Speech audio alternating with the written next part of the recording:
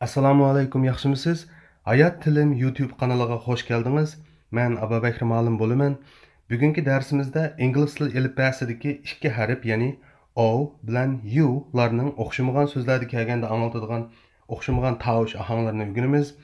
O harfining jami 5 xil tovush ohangi bor bo'lib, ularning birinchisi A tovush ohangi. Masalan, Monday, A, Monday. Sun, A, sun. Ton, ton.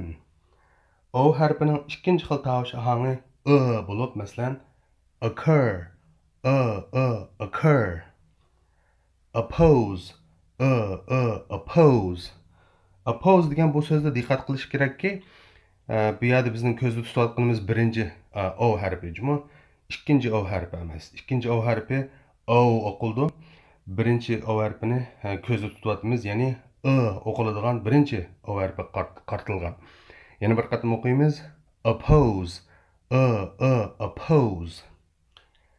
Official, official.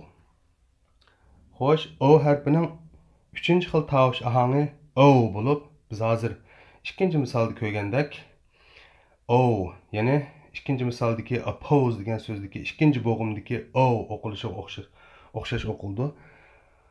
Biz bugun so'zlayotgan uchinchi xil tovush ohangi naq shu. Bu tovush ohangiga misol olsak, obey, obey. Hope, hope. Cone, cone.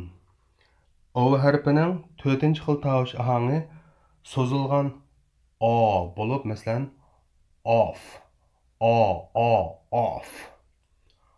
October, October. Object, object. O harfining eng oxirgi tovush ohangi, ya'ni 5-chi xil tovush ohangi, bu nayt alayda, nayt kam uchraydigan bir tovush ohangi bo'lib, bir degan so'zda, masalan, wah deb o'qildi. Once degan so'zdimi wah deb o'qildi. Haliqi o'qish qoidamizga solsak, one, one. Once, once. Xo'sh, bugungi ikkinchi harfimiz U harfiga kelsak, U harfining jami 3 xil tovush ohangi bor bo'lib, birinchisi A tovush ohangi, masalan, up, up. But, but. Hub, hub. U harfining ikkinchi xil tovush ohangi bo'lib, masalan, upon, upon. Urge, urge.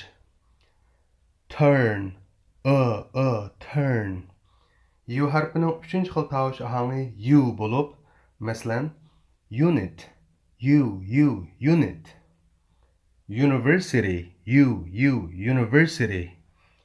Use, use.